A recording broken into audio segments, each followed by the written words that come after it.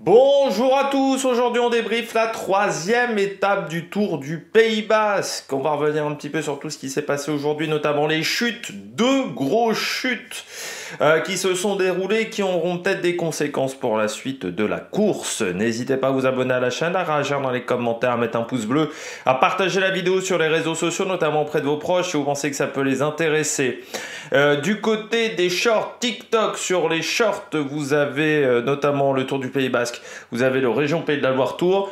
TikTok, vous avez Région Pays de la Loire Tour et vous avez le Grand Prix de l'Escaut. Le débrief du Grand Prix de l'Escaut, ça sera pas ce soir, ça sera plutôt demain.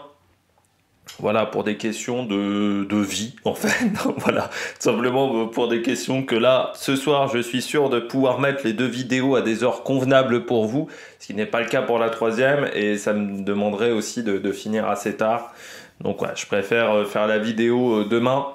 En étant frais mentalement, physiquement, pour débriefer pardon, cette classique des sprinters. Si vous avez les moyens et que vous voulez soutenir mon travail, vous pouvez faire un super thanks et je remercie les gens qui le font.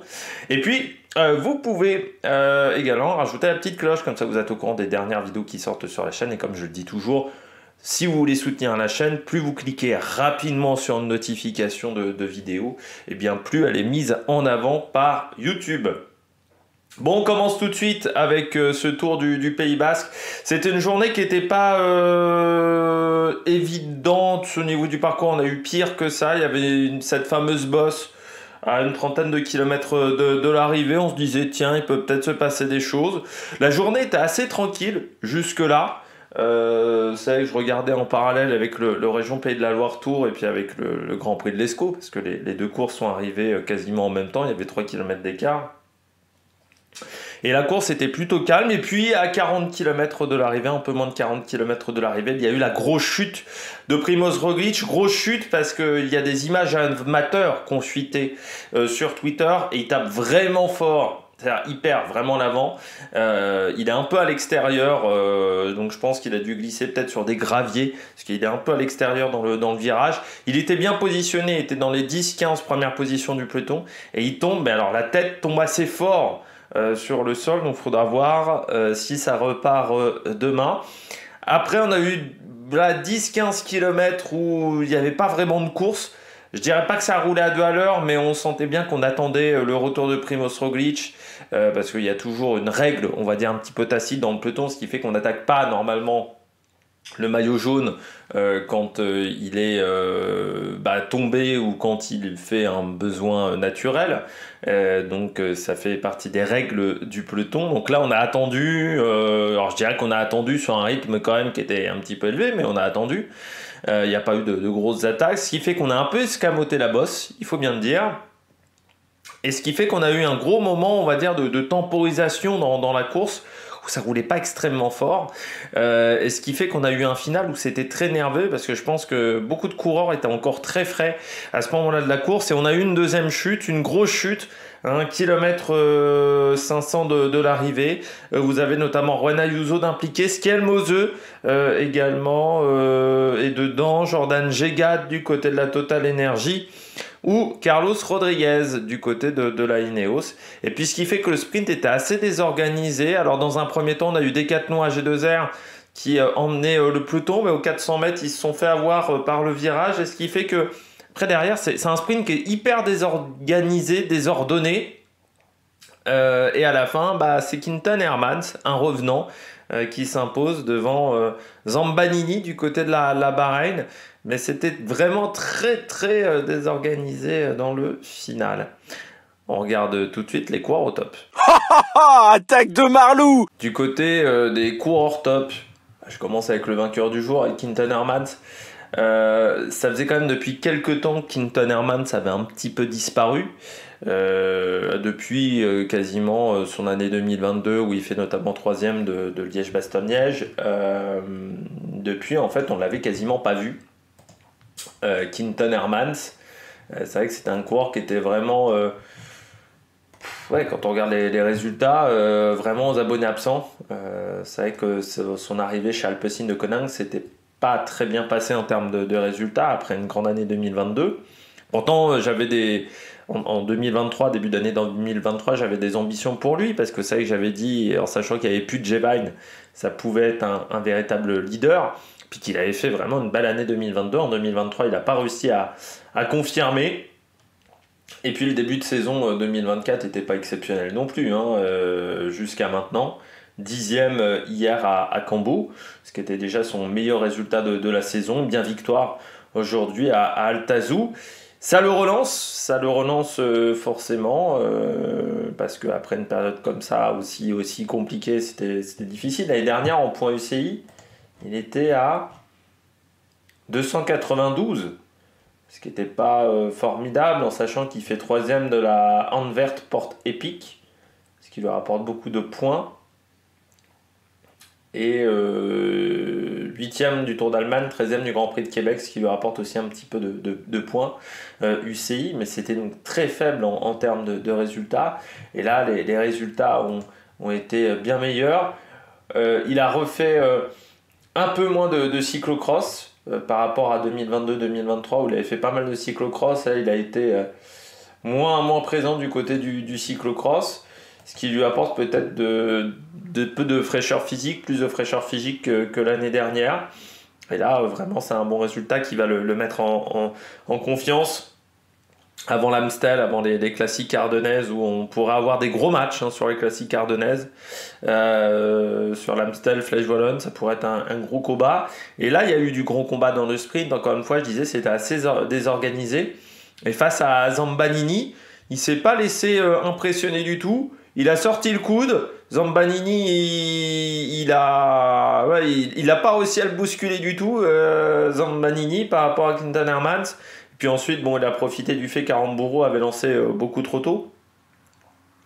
Donc voilà, belle victoire pour Quinton Hermans. Puis j'espère que ça va le relancer, parce que c'est vrai qu'il a connu une période vraiment de disette où il n'était pas incroyable l'année dernière. En 2023, c'était un petit peu compliqué. Je ne parlerai pas d'Alex Aramburu qui fait 5e. Vous savez que aujourd'hui, là encore, il y avait une belle opportunité. Il n'y a pas beaucoup de sprinters au départ de cette épreuve. Donc Aramburu, normalement, c'est un coureur qui a une bonne pointe de vitesse, sauf qu'il lance beaucoup trop tôt aujourd'hui.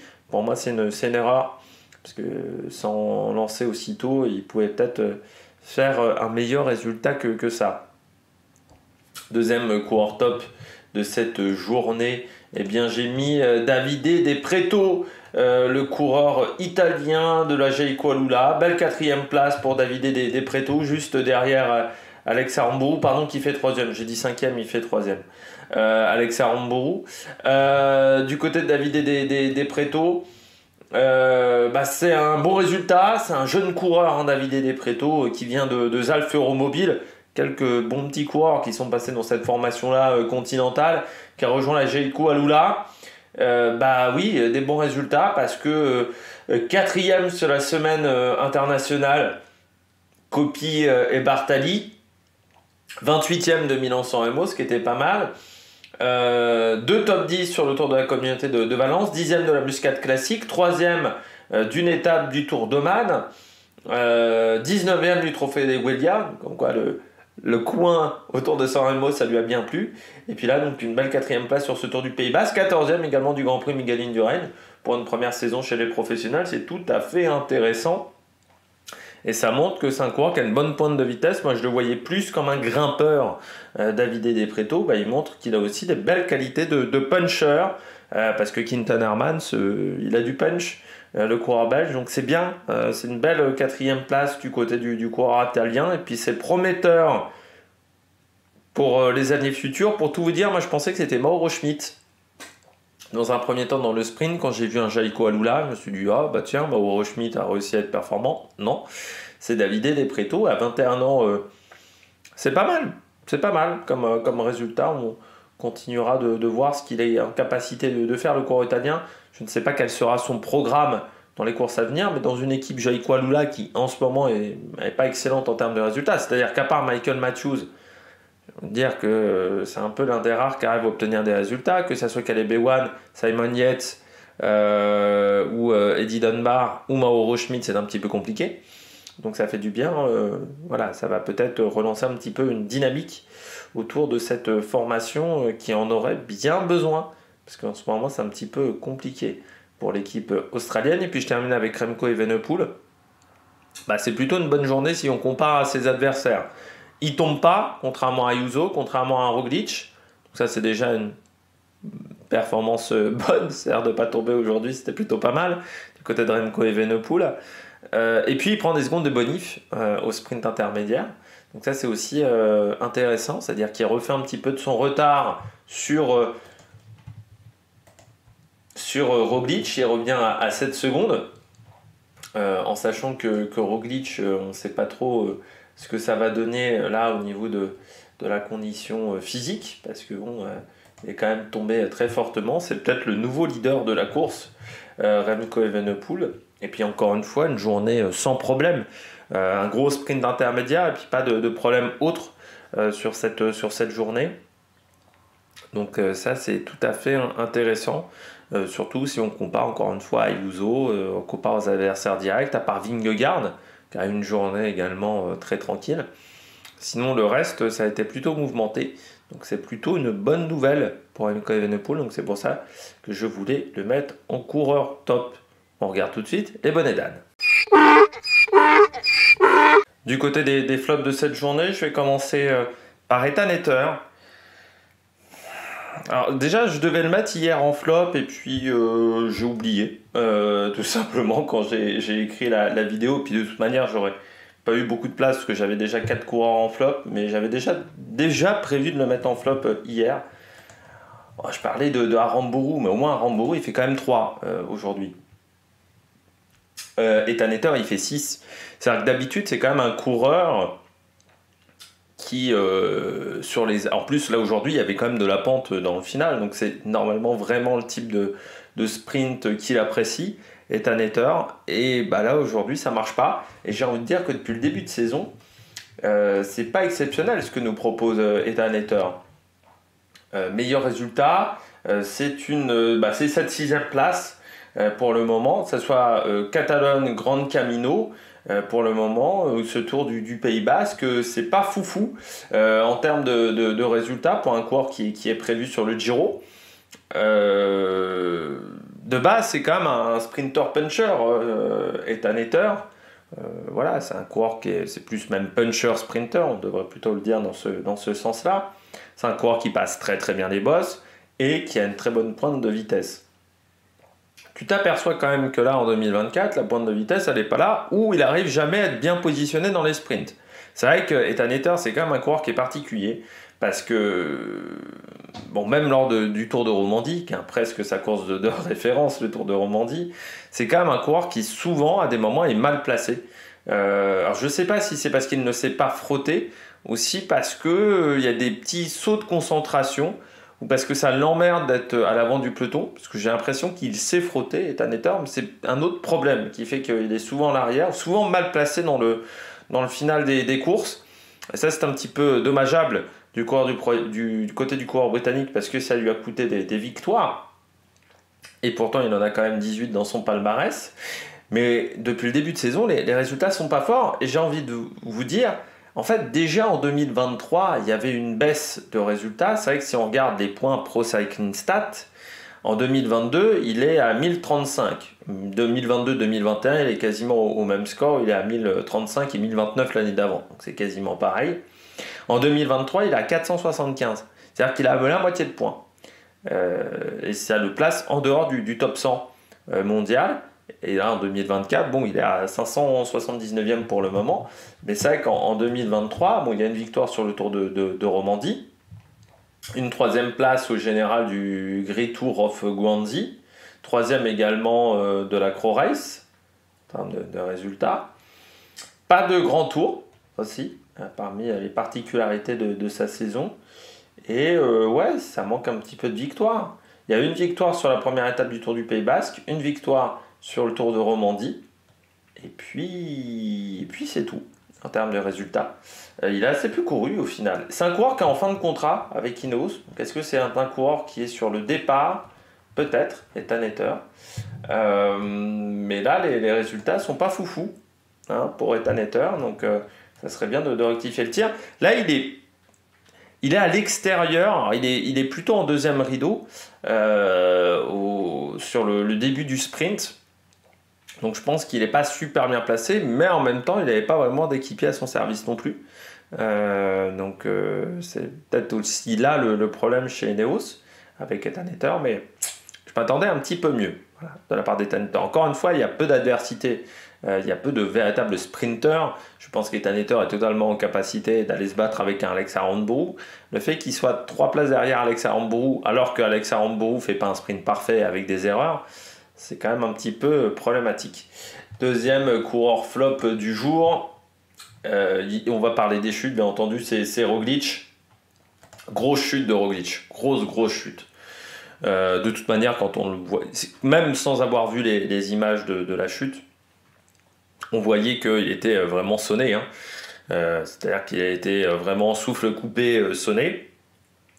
Là encore, on reviendra sur le problème du protocole commotion, parce qu'on le laisse repartir, je trouve, très rapidement. Encore une fois, ce protocole commotion est fait par le médecin de l'équipe. C'est le médecin de l'équipe qui demande ou pas le protocole commotion. Autant vous dire qu'il y a peu de chances qu'il le demande, surtout quand c'est Primož Roglic et qu'il y a le classement général qui est en jeu. Donc on l'a fait redémarrer. Encore une fois, pour moi, un coureur qui a une commotion, potentiellement une commotion cérébrale, le faire revenir dans un peloton massif, pas l'idée du siècle. Il n'est pas pris dans la deuxième chute, ce qui est déjà bien pour Primož Roglic, sauf que la chute est quand même très violente. Quand on voit le casque tape, donc je pense que, et puis l'épaule, hein, l'épaule extrêmement râpée aussi, ça serait pas top pour Primož Roglic de se blesser à ce moment-là de la saison, surtout quand on a un objectif Tour de France. Alors vous allez me dire, le Tour de France c'est encore dans 3 mois.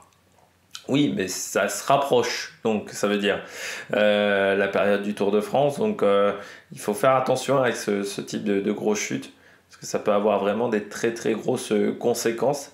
Et là, c'est vrai que je me suis dit, c'était pas le moment pour avoir ce genre de problème.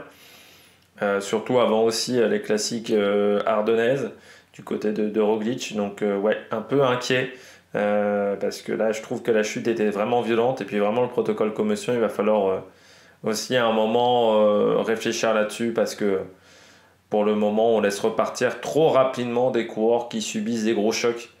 Il faudrait pouvoir intervenir rapidement dans ce genre de situation. Alors on va me dire oui, mais dans ce cas-là le coureur perd peut-être toute chance pour le classement général parce qu'on le fait attendre 4-5 minutes. Oui, mais bon, un coureur avec une commotion cérébrale qui est au milieu du peloton et qui va pas réussir à freiner parce qu'il est atteint de vertige ou de migraine, je suis pas sûr que ça soit top non plus en termes de sécurité des coureurs. Donc à un moment, je pense qu'il faut agir dans ce type de situation. Troisième bonnet d'âne, pardon, c'est la deuxième grosse chute du jour avec Carlos Rodriguez. Rodriguez semblait touché, surtout Juan Ayuso. Juan Ayuso, alors certes, il est remonté sur le vélo, mais il avait le regard du mauvais jour. Hein, je ne sais pas si vous avez regardé un petit peu son regard, mais il avait le regard pas du mec, tu sais, qui est tombé et qui est bon. Il a été impliqué dans la chute, allé dans les 3 derniers kilomètres. Bon, voilà, il est tombé ou il a juste été ralenti. Non, le regard du mec qui a pris un coup et qui sait qu'il a pris un coup et que ça peut peut-être jouer sur sa performance.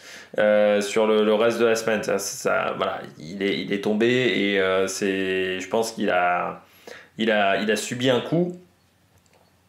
Il n'avait pas le regard des bons jours. Rodriguez, pareil. Hein. Carlos Rodriguez, pour moi, il n'avait pas le regard des bons jours. Il y a d'autres coureurs qui ont été impliqués dans cette chute importants, qui aujourd'hui sont importants. C'est Skelmose, qui est aussi Ion Izagirre. Le coureur espagnol. McNulty, lui, il attendait, donc je ne sais pas s'il était vraiment gêné. Il y a Rigoberto Urán aussi, pardon. Donc Juan Ayuso qui a mis du temps en plus avant de redémarrer. Hein. Juan Ayuso, ce qui met quand même 3 minutes 30 avant de repartir. Donc c'est un petit peu plus de temps, par exemple, qu'un Romain Grégoire hier qui est reparti, je crois, au bout de 2 minutes, qui a perdu 2,47 sur la journée. Il y a pas mal de coureurs qui ont été impliqués.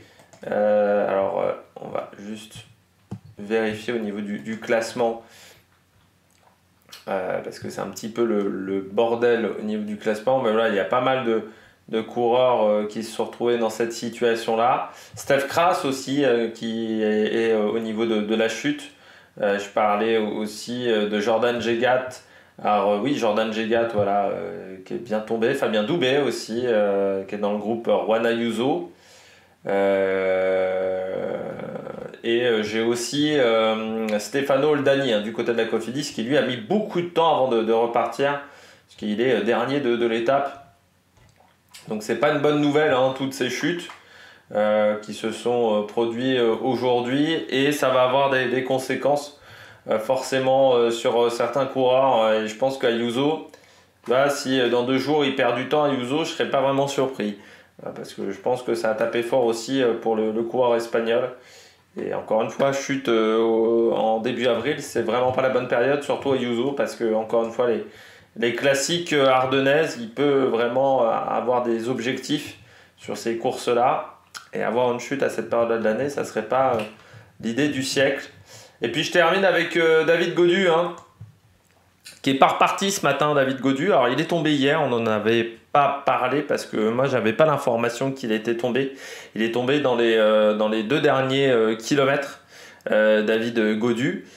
Grosse chute, c'est-à-dire que point de suture au niveau de la main.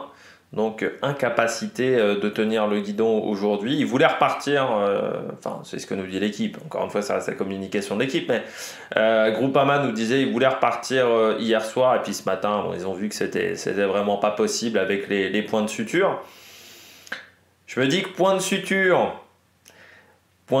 au niveau de la main, ça veut dire qu'il y a de grandes chances qu'il portait pas de gants, David Gaudu.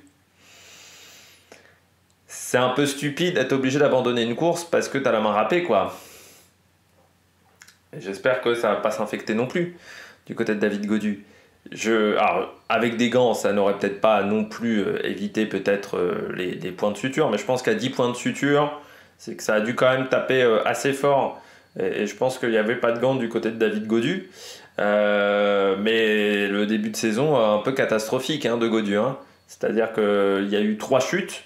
Grande Camino, qui était sa première chute sur la reconnaissance du contre-la-montre. Si vous vous souvenez, c'était déjà pas exceptionnel. Derrière, donc là, il retombe sur ce tour du Pays Basque. Hier, il était tombé également sur Paris-Nice, où il essayait de s'en sortir avec son Kawaii. Ça fait beaucoup, quoi. Ça fait beaucoup en 15 jours de course.